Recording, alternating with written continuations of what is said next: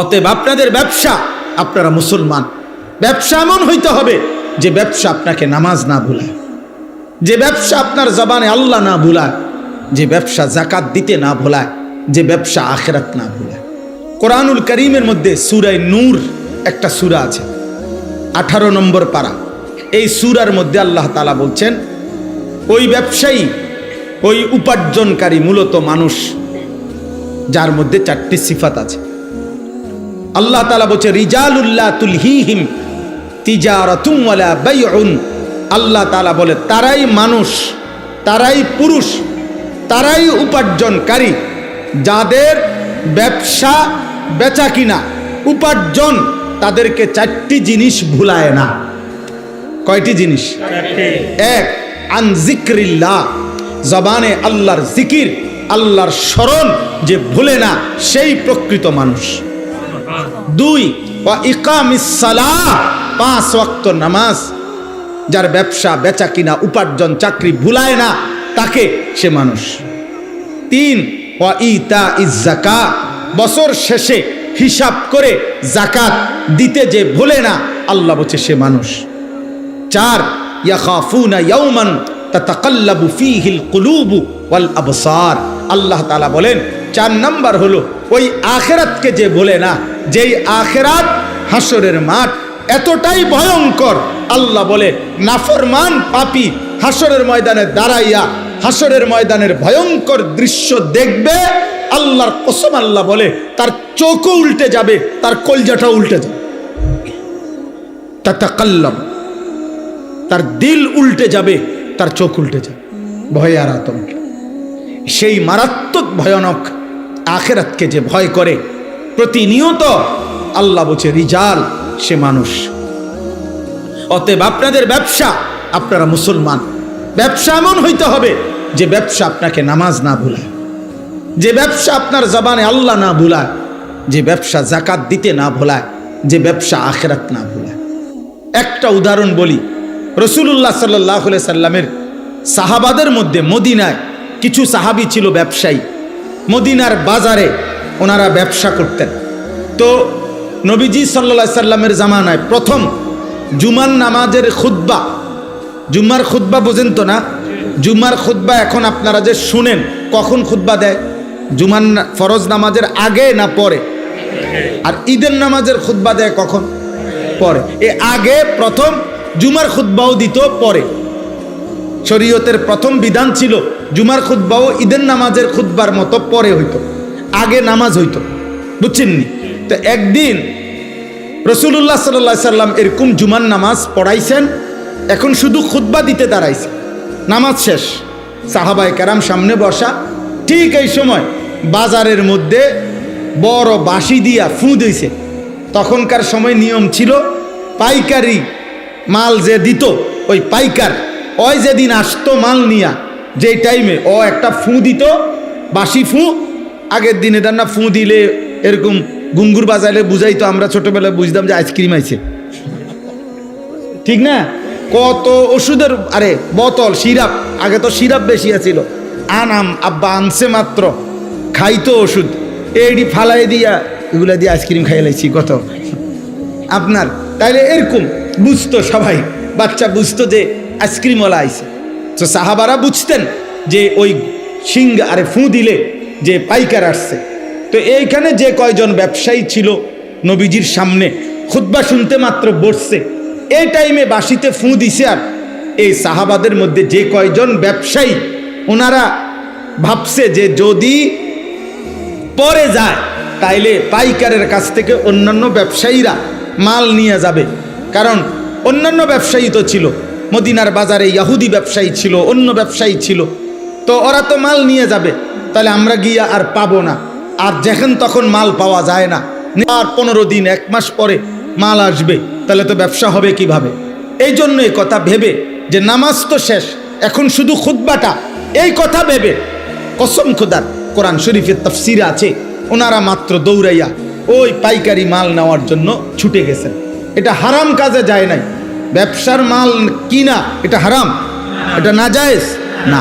এরপরেও ওনারা শুধু গেছে মাল কিনতে, তৎক্ষণাৎ মহান আল্লাহ পাক রব্বুল আলামিন সূরা জুমআ কোরআনের একটা পূর্ণ সূরা নাজিল করছে, করে আল্লাহর নবীকে বলছে, বন্ধু ওরা করলোটা কি? আপনার এই সাহাবীরা কামটা করলো কি? وَإِذَا رَأَوْا تِجَارَةً أَوْ لَهْوًا انفَضُّوا إِلَيْهَا وَتَرَكُوكَ قَائِمًا। বন্ধু, তাদের এই ব্যবসা, এই শব্দটা আল্লাহ বলছে, তাদের এই ব্যবসা এবং এই তাদের তামসা, এই দুনিয়া নামের এই তামাশা, উপার্জনের এই তামাশা দেখে তারা আপনাকে দাঁড়ানো অবস্থায়, খুতবা অবস্থায় রেখে ওইখানে ছুটে গেল। কামটা করলো কি?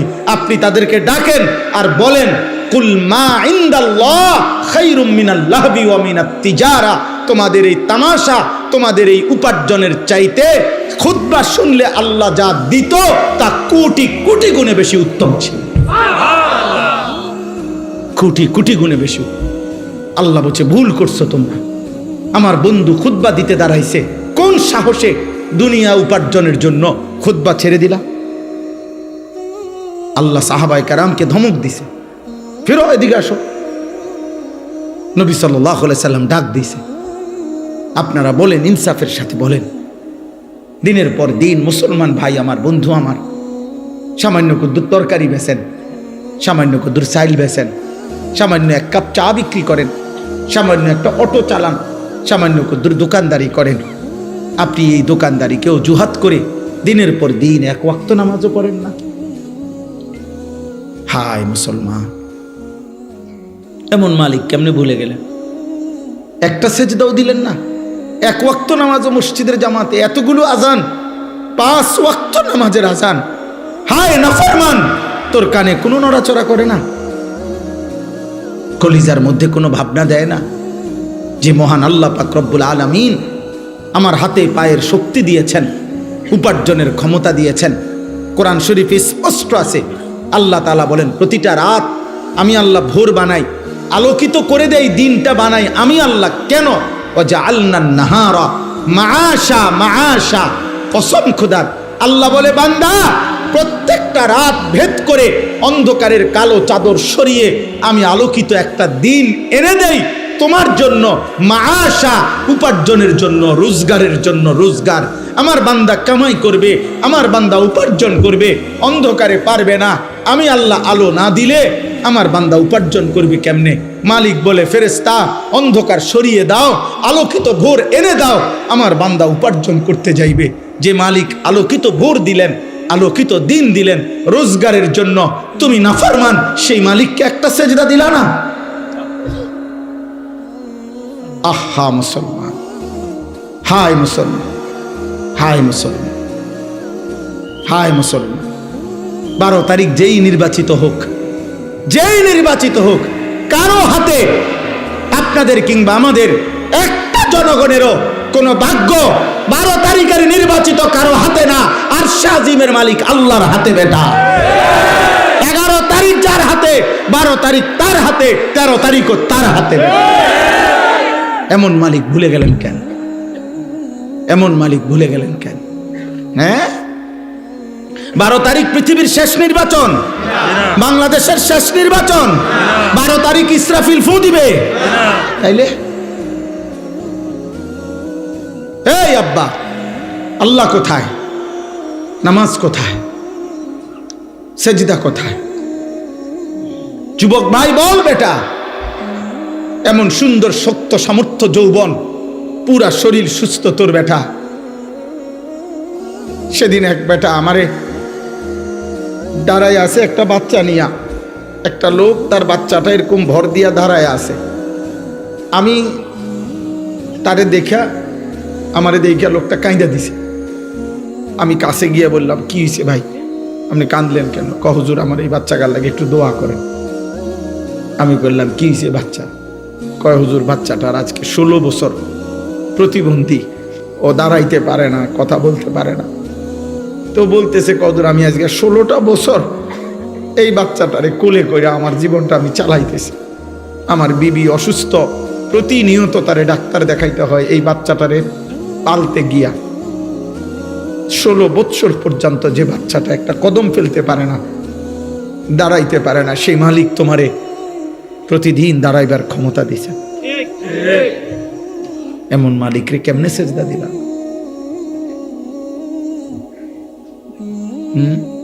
আমাকে এরশাদ ভাইয়ের একটা বাচ্চা ছিল না, আমি বহুদিন বলছিলাম এরশাদ মিয়া তোমার এই বাচ্চা, তোমারে আল্লাহ বরকত দিবে, তুমি তারে আগলাইয়া রাখো।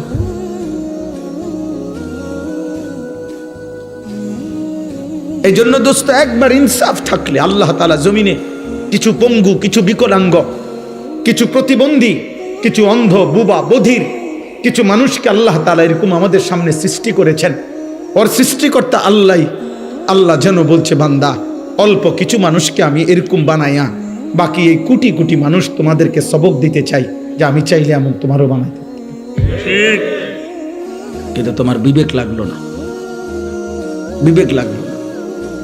আমার বাসার পাশে একটা ছেলে আছে, 11-12 বছর বয়স, চাঁদের মতো সুন্দর, চাঁদের মতো সুন্দর, এত সুন্দর ছেলেটা, ফুটফুটে চাঁদের মতো। এই ছেলেটা 5 ওয়াক্ত নামাজ পড়ে, মসজিদের জামাতে গিয়ে নামাজ পড়ে, কিন্তু ছেলেটা কথা বলতে পারে না, বোবা। আমি যখনই তারে দেখি কি যে করে, এমন এমন করে হাত দিয়া, মানে তার কলজাটা এমন হয় যেন ছিঁড়া যাইতেছে যে সে আমারে কিছু বলতে চায়, কিন্তু কিছু তো বলতে পারে না।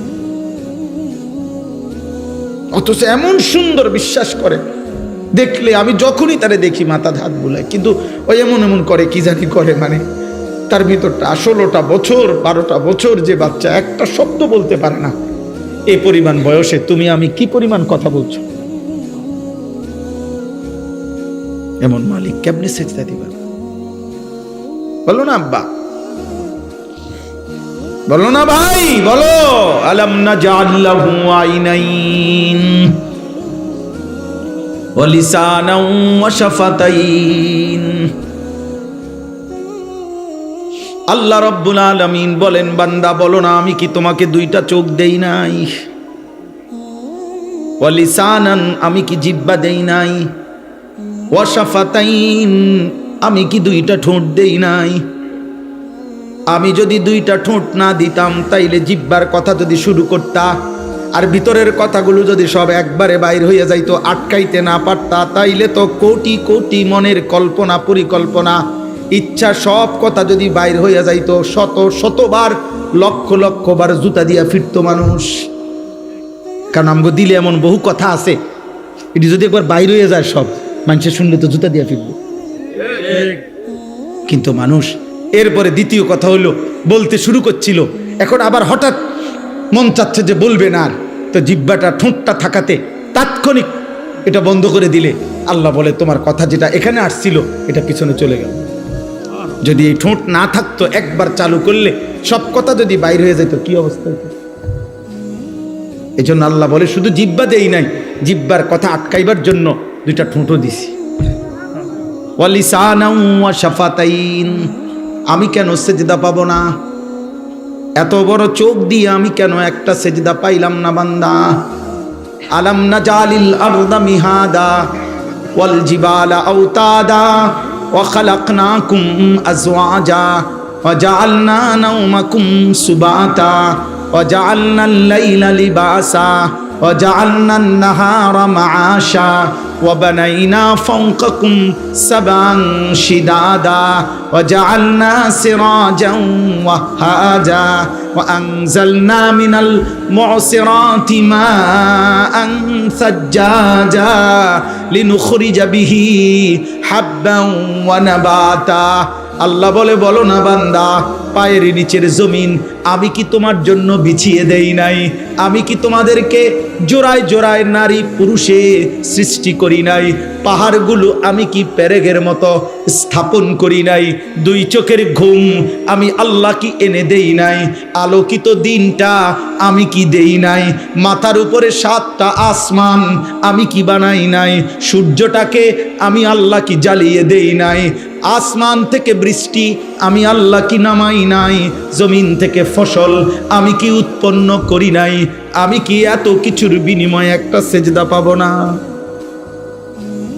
এই নাফরমান, বেনামাজি নাফরমান, তুই এখন উঠা যা, যা বেটা এখান থেকে বেটা।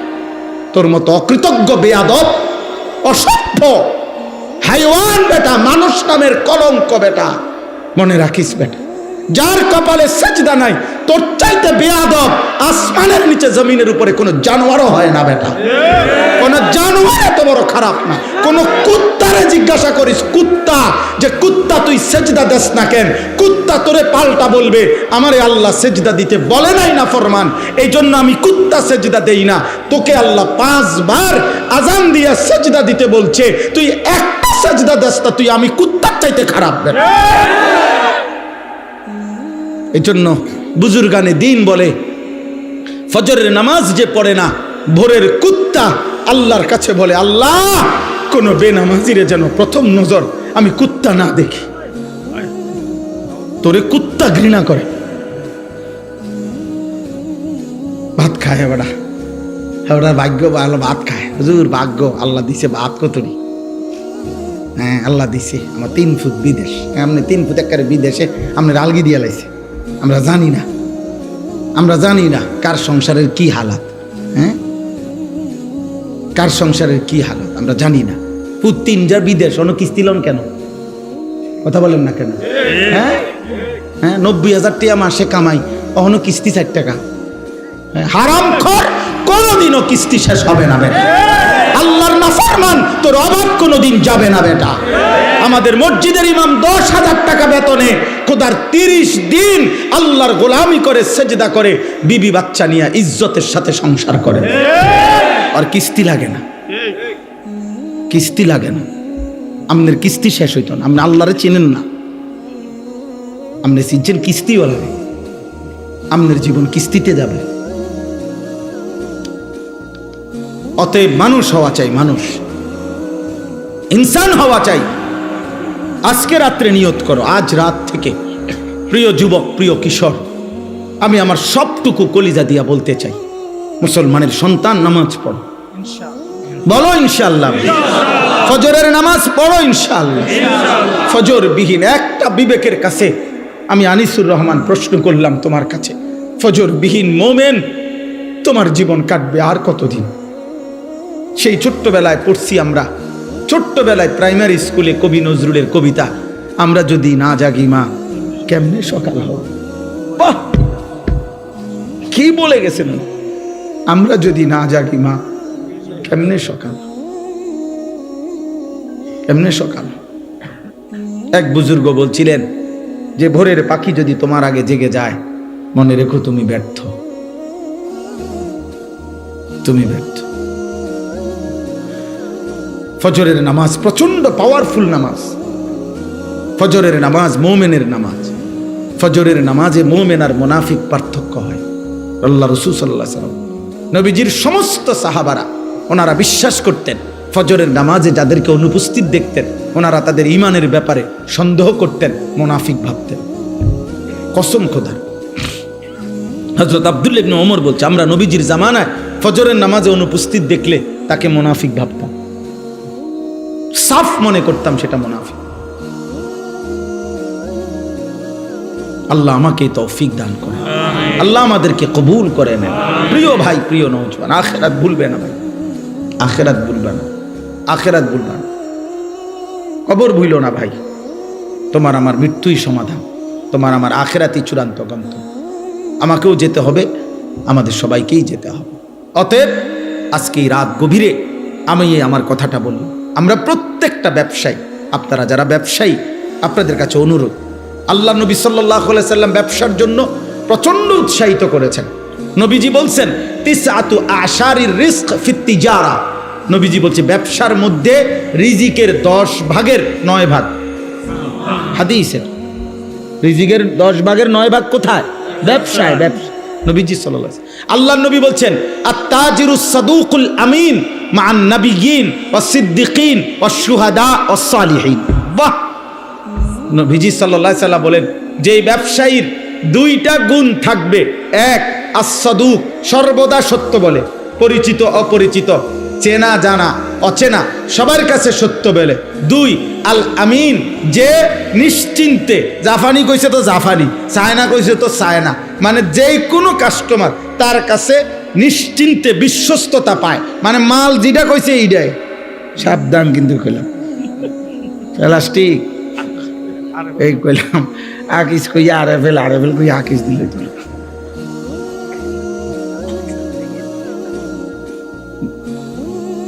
তাইলে এই জন্য বললাম যে প্রত্যেকেই এটা আল্লাহ রাসূল সাল্লাল্লাহু আলাইহি ওয়াসাল্লাম বলেছে, দুইটা গুণ। সব কথা কি বলে? সত্য বলে, আর বিশ্বস্ত। কাস্টমার আমাদের আপনার কুমিল্লা ক্যান্টনমেন্ট ময়নামতি সাবের বাজার একটা ওষুধের দোকান আছে।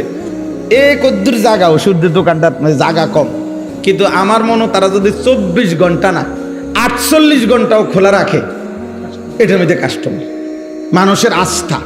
আমি ইন্ডিয়া দিল্লিতে ডাক্তার দেখাইছি, দিল্লির প্রেসক্রিপশন নিয়ে এই সাবের বাজারে ওষুধ নিয়েছি। হ্যাঁ, বুঝছেন না আরশাদ ভাই? সাবের বাজারে এসে ওষুধ নিছি, এই ইন্ডিয়ার ওষুধ ডাক্তার। আমার আস্থা যে এখানে আছে, এবং আমার আস্থা ওই ঠকাবে না। রাত বিরাতে যে সময় যাই, এই যে আস্থা, নির্ভরতা, বিশ্বস্ততা, আল্লাহ রাসূল বলছে যে ব্যবসায়ীর মধ্যে এইটা থাকে, নবী ওয়াদা দিছে আল্লাহ তাআলা তাকে কিয়ামতের দিন নবী, সিদ্দিক, শহীদ, আল্লাহর নেক আউলিয়া কেরামের সাথে জান্নাতে তুলে দিবে, হাশরের ময়দানে দাঁড় করায়। হ্যাঁ, অতএব আমি আপনাদেরকে মনে করাইলাম, আল্লাহ নবী সাল্লাল্লাহু আলাইহি ওয়াসাল্লাম হাদিসের মধ্যে পরিষ্কার নবীজি বলছেন যে এমন কোন নবী নাই, প্রত্যেক নবী উপার্জনের জন্য মেহনত করছে। আল্লাহ রাসূল সাল্লাল্লাহু আলাইহি সাল্লামকে জিজ্ঞেস করছে, আইয়ুল কাসবে আতিয়াব, উপার্জনের মধ্যে কোনটা সবচেয়ে পবিত্র? নবীজি সাল্লাল্লাহু আলাইহি সাল্লাম বলছে, আমালুর রাজুলে বিয়াদিহি, ব্যক্তি তার হাতে কষ্ট করে যা রোজগার করে তা সর্বোত্তম। ওয়াকুল্লু বাইইন মাবরুর, এবং প্রত্যেক হালাল ব্যবসা সর্বোত্তম। হাদিস কয়টা শুনবেন আপনি? কোরআন থেকে শুনবেন কয়টা? রাসূলুল্লাহ সাল্লাল্লাহু আলাইহি সাল্লামের হাদিস শুনবেন। আল্লাহ তাআলা আপনাদের প্রত্যেককে বরকত দান করেন। তাহলে আমার দ্বিতীয় প্রসঙ্গ ছিল এটা, যে আমি ব্যবসায়ী ভাই আপনাদের অনেক, আমার এরশাদ ভাই সহ কেডা কেডা জানি কইলো এই মাহফিলের ডেটটার জন্য অনেক। আচ্ছা, হ্যাঁ, মাশাআল্লাহ, আল্লাহ তাকে ঈমান দান করেন। আমিন আমিন। জি জি জি। তো খুব বেশি আবদার করছে, বারবার বিরক্ত করছে, আমি কোনোভাবে মিলাইতে পারি নাই। যাক, আলহামদুলিল্লাহ, দূর আল্লাহ আসবার তৌফিক দান করছেন। আল্লাহ তাআলা সকলকে কবুল করেন।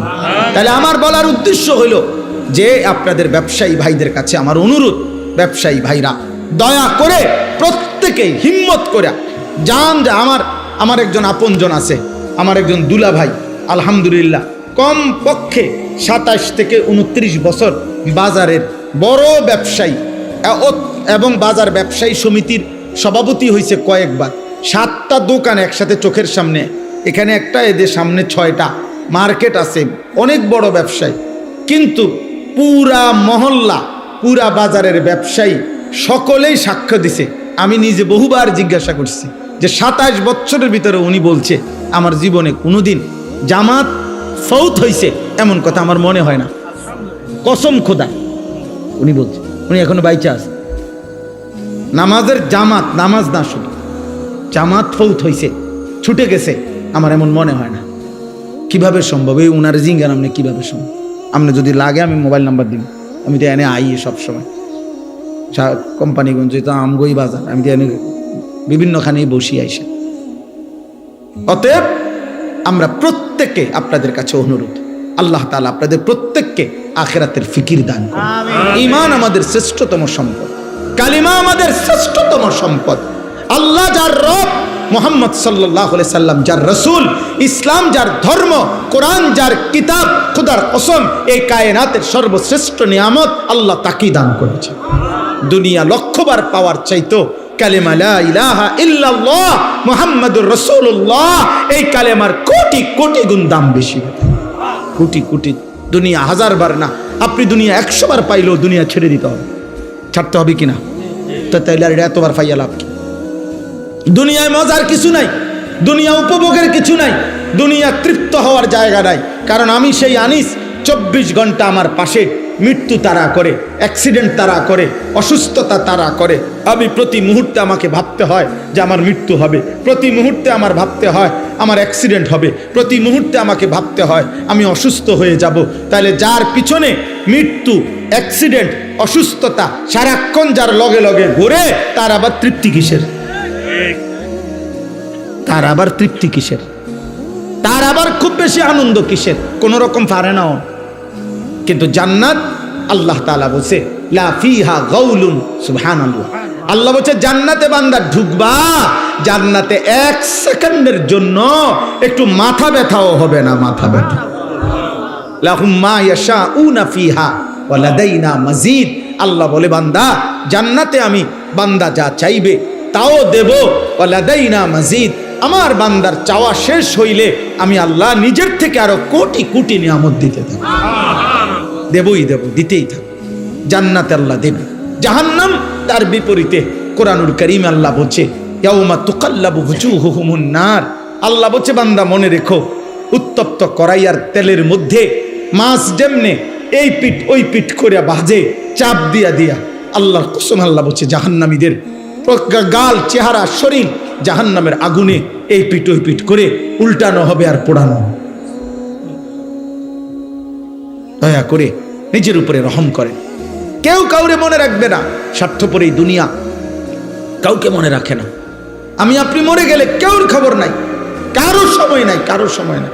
ব্যস্ততম এই দুনিয়ায় সামনের সিএনজি অ্যাক্সিডেন্ট করলে পিছনের সিএনজি টাইম নাই, সাইডে দিয়ে যায় না।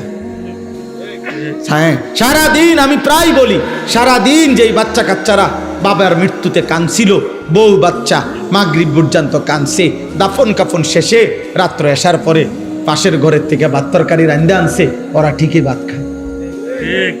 কারো হাতে টাইম নাই, স্বার্থপর এই দুনিয়া। দুনিয়া ধোকা, দুনিয়া ধোকা, দুনিয়া ধোকা, আখিরাত আসর। আল্লাহ আমাদেরকে তৌফিক দান করুন। এবার শেষ কথা হলো সকলের জন্য, আমার জন্য, আপনাদের জন্য, জওয়ান বুড়া সবার জন্য। শেষ কথাটা কি? শেষ কথাটা হলো মহান আল্লাহ পাক রব্বুল আলামিন প্রত্যেকটা ইমানদার মুসলমানের কাছে আল্লাহ তাআলা আমাদের কাছে একটা জিনিস চায়, সেটার নাম হলো তাকওয়া। সেটার নাম কি? তাকওয়া। তাকওয়া, ইত্তাকুল্লাহ, ইত্তাকুল্লাহ, ইত্তাকুল্লাহ, ইত্তাকুল্লাহ, ইত্তাকুল্লাহ। আল্লাহ বলছে আল্লাহকে ভয় করো, আল্লাহকে ভয় করো, আল্লাহকে ভয় করো, আল্লাহকে ভয় করো। এই আল্লাহকে ভয় করো এই কথার আরবি হলো তাকওয়া। আল্লাহকে ভয় করো এই কথার আরবি কি? এই কথাটা কোরআনে আল্লাহ পাতায় পাতায় বলছে। এটা এত গুরুত্বপূর্ণ, আলাদা আলাদা করে আল্লাহ বলছে ইয়া আইয়ুহান নাবিয়্যুত্তাকিল্লাহ, হে নবী আল্লাহকে ভয় করো। এই নবীজিকে আলাদা বলছে ইয়া আইয়ুহাল্লাযীনা আমানুত্তাকুল্লাহ, হে ঈমানদারগণ আল্লাহকে ভয় করো, আলাদা বলছে। আবার বলছে ইয়া আইয়ুহান নাসুত্তাকু রাব্বাকুম, হে গোটা পৃথিবীর মানব মণ্ডলী তুমি যেই মতের হোক না কেন, যদি আমি আল্লাহর পরিচয় জানো যে আল্লাহ বলতে, সৃষ্টিকর্তা বলতে, ঈশ্বর বলতে একজন কিছু আছে, তো খোদার কসম আল্লাহ বলেন ঈশ্বরকে মানো, আল্লাহকে মানো, রবকে মানো, সৃষ্টিকর্তাকে মানো। এরকম যেই মানো, তোমাকেই বলছি সেই রবকে, সেই ঈশ্বরকে, সেই সৃষ্টিকর্তাকে, সেই আল্লাহকে ভয় করো, ভয় করো, ভয় করো। এই জন্য আল্লাহকে ভয় করো, তাকওয়া। এই আদেশ নবীর প্রতি, এই আদেশ ইমানদারদের প্রতি, এই আদেশ সমস্ত বিশ্ব মানবতার প্রতি। কার পক্ষ থেকে বলেন না? কার পক্ষ থেকে? এখন এই তাকওয়া মানে কি? আল্লাহর ভয় মানে কি? আল্লাহর ভয় মানে দুই জিনিস, গুনাহ বর্জন, আদেশ পালন। এটাই কথা।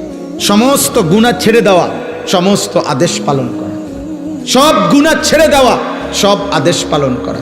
মহান আল্লাহ পাক এই কথাটাই কোরআনে বলছেন ইত্তাকুল্লাহ, ইত্তাকুল্লাহ, গুনাহ ছেড়ে দাও, আল্লাহকে ভয় করো, গুনাহ ছেড়ে দাও, আল্লাহকে ভয় করো, আদেশ পালন, আদেশ পালন। এখন আমি যে কথাটা বলতে চাই সেটা হলো 11 মাস মনে করেন আল্লাহ পাক রব্বুল আলামিন আমাদেরকে বলছে বান্দা আল্লাহকে ভয় করো, গুনাহ ছাড়ো, গুনাহ ছাড়ো, গুনাহ ছাড়ো, গুনাহ ছাড়ো, হুকুম পালন করো, সেজদা দাও, নামাজ পড়ো, গোলামি করো, বন্দিগি করো, জিকির করো, তিলাওয়াত করো, তসবিহ পড়ো, হালাল খাও, হারাম ছাড়ো, চুরি ছাড়ো, জিনা ছাড়ো, মদ ছাড়ো, জুয়া ছাড়ো, হত্যা ছাড়ো, খুন ছাড়ো, সন্ত্রাস, কুফর, শিরিক, মূর্তি পূজা সব ছাড়ো। ছাড়ো বান্দা, ছাড়ো, ছাড়ো বান্দা, সব বাদ দিয়া আল্লাহ তাআলা এইবার ইমানদার মুসলমান পরিচয়ধারীদেরকে সর্বশেষ আল্লাহ বলছে বান্দা এবার ঠিক আছে, 11 মাস তুমি কোনো গুরুত্ব দিলা না, বেশি ভুল করে ফেলছো, অনিয়ম হইছে, আচ্ছা যাও বান্দা, আমি আল্লাহ, তুমি মুমিন, তোমারে বলছি সব বাদ দিলাম, 11 মাস সব বাদ, এবার শুধু নতুন করে আমি একটা মাস দিতে চাই, মাহে রমজান। এই একটি মাসে আইয়ামাম মাদুদাত, গুনা গুনা 30 দিন অথবা 29 দিন, 31 দিন হবে না বললাম, সাফ কথা, যা কথা তাই কথা, 30 বা 29, এই 29 বা 30 দিন আমি বান্দা তোমার জন্য দিলাম। রমজানের একটা চাঁদ উঠাবো, তুমি এই 30টা দিন গুনাহ ছেড়ে দিবা, আমার হুকুম পালন করবা।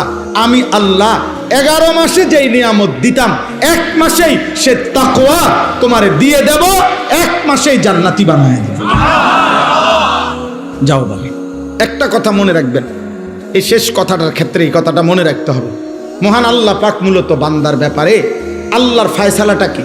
আল্লাহর ফয়সালা মূলত আল্লাহ বান্দাকে মাফ করতে চায় বেশি, জান্নাত দিতে চায় বেশি। আমি এটা একটা উদাহরণ দেই আর কি বুঝার জন্য। আমার একজন খুব ঘনিষ্ঠ লোক, পরিচিত আর অনেকবার আমার কাছে কিছুদিন আগে আর কি গেছে, একটা মাহফিলের লেগে মনে 5-7 বার 10 বার গেছে। তা আমি এইটা কই ওইটা কই, এমনি হেমনে ঘুরে গেড়াই, আচ্ছা আইয়ে নারী যাইয়ে নারী, আচ্ছা জান না, এমনি একদিন উনি খুব আবেগে মহব্বত করে আমার একটা কথা কইছে, হুজুর আপনি আমারে আগে কথাটা পরিষ্কার করেন, আসলে আপনি আমারে মাহফিল দিবেন, বুঝছেন না কথাটা? এইটা আগে ক্লিয়ার করেন। হুদা আমি বুঝছি আপনি আমার এই গুরানি গারানি বাদ দিয়ে যদি বলেন দিতেন না, শুধু এই কষ্ট দিয়েন না, সাফ কথাটা বলেন, আসলে কথাটা কি? কারণ আমি এই কথাটা শুই না আমার আর দিলটা নরম হয়ে গেছে, খাইছে রে বেড়ায় তাক্কারে জাগা তার দিছে। আমি বলছি না না ভাই, আল্লাহ দোহাই দিমু, আপনার জান আজ গিয়ে দিব মাহফিল, এখন দিব তো দিছি মাহফিল।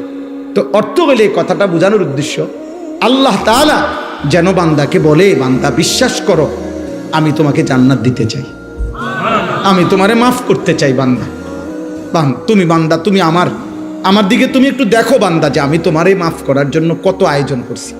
তোমারে মাফ করার জন্য আমি শবে বরাত 1 রাত সাজাইছি, 1 রাতে কোটি কোটি মাফ করি।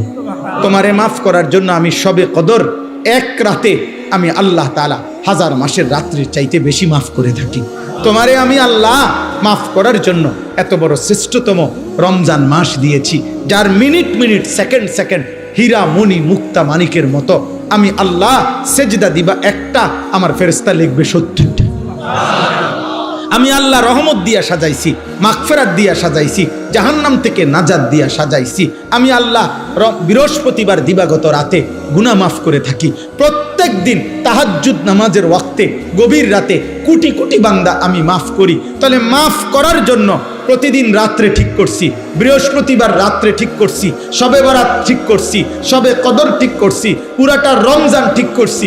এছাড়াও বান্দা 90 বছরের গুনাহ নিয়েও যদি কেউ আসে, আমি আমার বন্ধুকে বলছি, বন্ধু যদি সে সত্যিকার তওবা করে আমি একসাথে মাফ করে দেব।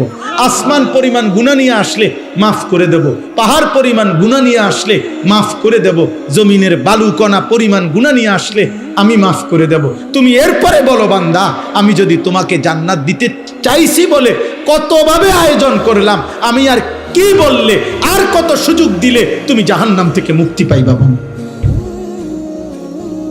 আমি যদি বলি যে তাকে ভাই তোকে আমি আর কতবার বললে তুমি আমার কথাটা শুনবা?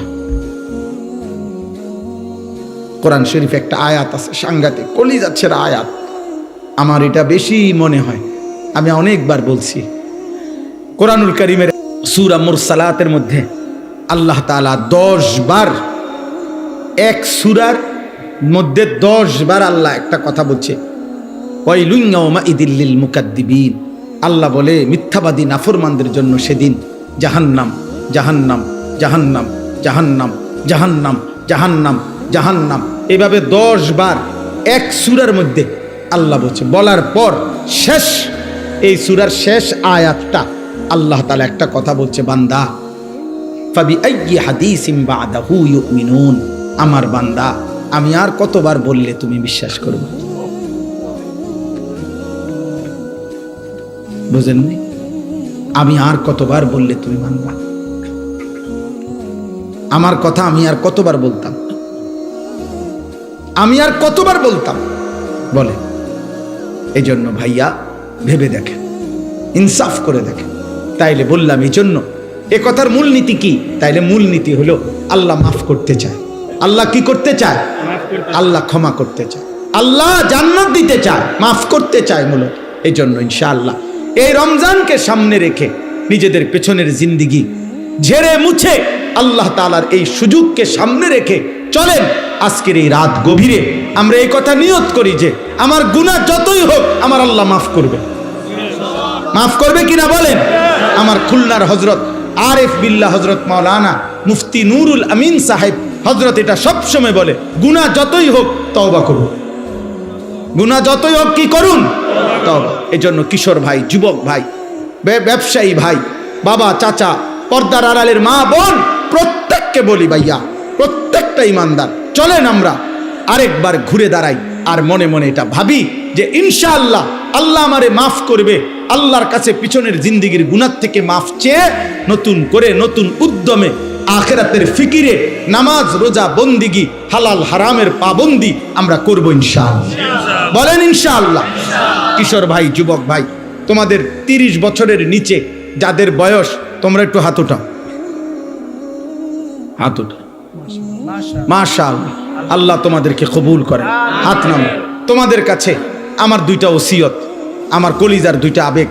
একটা হলো তুমি সর্বোচ্চ, তুমি শক্ত সামর্থ্য যুবক, তোমার রোগ ব্যাধি কম, তুমি সুস্থ সবল, তুমি হিম্মত করে এলাম দিয়া পারো, যেমনে পারো তুমি ফজরের নামাজ পড়ো। আমি আবদার করলাম, আব্বা তোমারে বললাম, আমি তোমরা যদি নিয়ত করতে পারো, আলহামদুলিল্লাহ সারা বাংলাদেশে আলহামদুলিল্লাহ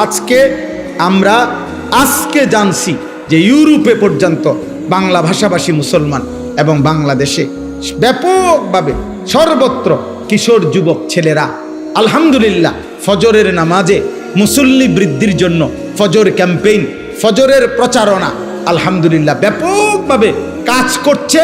সারা বাংলাদেশে ফজরের নামাজের মুসল্লি বাড়াবার জন্য কিশোর যুবকদের সর্বাত্মক মেহনত চলতেছে আলহামদুলিল্লাহ। আলহামদুলিল্লাহ। একেবারে আমেরিকার একটি প্রদেশ আছে মিশিগান, ওইখান থেকে যুবক, বাংলা ভাষী যুবক জানাইছে, হুজুর আমরা ওইখানেও ফজরের ক্যাম্পেইনের কাজ করছি। আলহামদুলিল্লাহ, আলহামদুলিল্লাহ, আলহামদুলিল্লাহ। আমাদের একটা সবচেয়ে আমাদের মহব্বতের একটি উপজেলা চট্টগ্রাম সন্দ্বীপ উপজেলায় 13টা ইউনিয়ন, একটি উপজেলায় 13টি ইউনিয়নে গত 15ই জানুয়ারি, এই মাসের 15ই জানুয়ারি 14 তারিখ আমি সেখানে ছিলাম। 15ই জানুয়ারি বাদ ফজর সকাল 6টায় ফজরের জামাত, ওই অঞ্চলের পুরো উপজেলার সবচেয়ে বড় হাই স্কুল মাঠ বদিউজ্জামান হাই স্কুল মাঠে আমরা মাহফিল দিছিলাম, ফজর ক্যাম্পেইনের মাহফিল। পুরা সন্দ্বীপের 13 ইউনিয়নের কিশোর যুবক ছেলেরা যারা ফজর পড়ে তাদেরকে দাওয়াত দেওয়া হয়েছিল। ওইখানকার ছেলেরা উদ্যোগ নিয়ে ফজরের পরে বয়ান। আলহামদুলিল্লাহ আমি নিজে 13টা ইউনিয়নের নাম ধরে ধরে হাজিরা ডাকছি।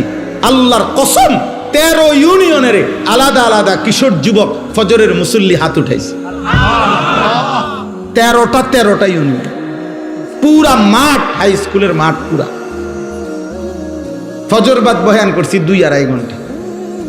আলহামদুলিল্লাহ, আলহামদুলিল্লাহ। এজন্য ফজরের নামাজ পড়ো, বলো ইনশাআল্লাহ। 2 নাম্বার, চোখের হেফাজত করো, নারী দেখো না, অশ্লীল ছবি দেখো না, মোবাইলের আসক্ত হয়ে এমন সুন্দর কর্মের উদ্দীপনাময় শরীর, স্বাস্থ্য, যৌবন, আব্বা নারী দেখতে দেখতে, অশ্লীল ছবি দেখতে দেখতে, মোবাইলের নাচ গান দেখতে দেখতে একটি সুন্দর জীবন, একটা সুন্দর হায়াত নষ্ট করে দিও, নষ্ট করে দিও। তুমি নষ্ট হয়ে গেলে এই পৃথিবীতে কেউ ফিরে তাকাবে না। ব্যর্থ মানুষের দিকে কেউ তাকায়, ব্যর্থ ফালতু লোকের দিকে কেউ তাকায়। আমার জীবনের চেষ্টা এটা, এই আমাদের সবাই জানে, আমার সাথে যারা সম্পৃক্ত করি, আমার জিন্দিগির এটা মেহনত যে কিশোর যুবকরা আল্লাহর দিকে ফিরবে, মুসলমানের কিশোর যুবক নওজোয়ান আল্লাহমুখী হবে। আমি গত বছর 2025 সালে আমাদের মাদ্রাসা যে কুমিল্লা ক্যান্টনমেন্ট ময়নামতিতে প্রায় 500 স্কুল কলেজ ইউনিভার্সিটির যুবক 6 দিনে প্রতিদিন 11 ঘন্টা করে আমরা স্কুল কলেজের ছেলেদেরকে ওযু, নামাজ, সূরা, কেরাত, দোয়া, কালাম শিখাইছি। আলহামদুলিল্লাহ, এই আজকেও দেখছি, এই পর্যন্ত যত জায়গায় এই ছেলেদেরকে আমরা পরে দেখছি, প্রত্যেকের ব্যাপারে খবর পাইছি যে ওরা 5 ওয়াক্ত নামাজ পড়ে। আলহামদুলিল্লাহ। এই জন্য ভাই আমার ফিকির এটা, আমি আমার মাদ্রাসায় 118 শতক জায়গা প্রায় 2,62,00,000 টাকা জায়গার দাম, মাটির দাম। আমি জায়গা কিনছি একটা বড় এরিয়া, 118 শতক জায়গা। এই জায়গায় 2টা আলাদা প্রতিষ্ঠান করতে চাচ্ছি, একটা বাচ্চাদের মাদ্রাসা, আরেকটা হলো এই সর্বস্তরের কিশোর, যুবক, নওজোয়ান, স্কুল, কলেজ, ইউনিভার্সিটি পড়ুয়া এবং অন্য বয়সী যেই কোনো মুসলমান বছরের যেই কোনো দিন যেটুকু সময় যার হাতে আছে এতটুকু সময় নিয়ে সে আসবে, দিন শিখবে। এই এখনো চট্টগ্রামের প্রায় 6 জন ছেলে আমাদের মাদ্রাসায় আছে। ওরা এই 3 দিনের জন্য আসছে, বলছে যে হুজুর আমরা ওযু নামাজ সূরা কেরাত শিখতে আসছি, আগামীকালকে তারা আবার চলে যাবে। যেটুকু সময় হোক, যার 3 দিন, 1 দিন, 2 দিন, আপনাদের কাছে আহ্বান জানাইলাম, আপনাদের কাছে অনুরোধ জানাইলাম। এই কাগজটা, এটা আমার মাদ্রাসার একটা কাগজ, এই কাগজটা আপনাদের কাছে আমি দিলাম। যদি কারো সুযোগ হয়, আমার ওই মাদ্রাসার 118 শতক জমিতে এক নামাজের মুসল্লা যায় নামাজ পরিমাণ জমির দাম 4,200 টাকা। এই 2,62,00,000 টাকা জমির মূল্য। আপনাদের কাছে আবেদন, যদি কেউ পারেন, যেদিন পারেন ওই দিন, অর্থাৎ এখানে বিকাশ নাম্বার আছে, ব্যাংক অ্যাকাউন্ট নাম্বার আছে, আমার পরিচিত অনেক মানুষ আছে, কারো না কারো মাধ্যমে আপনারা যদি কেউ পারেন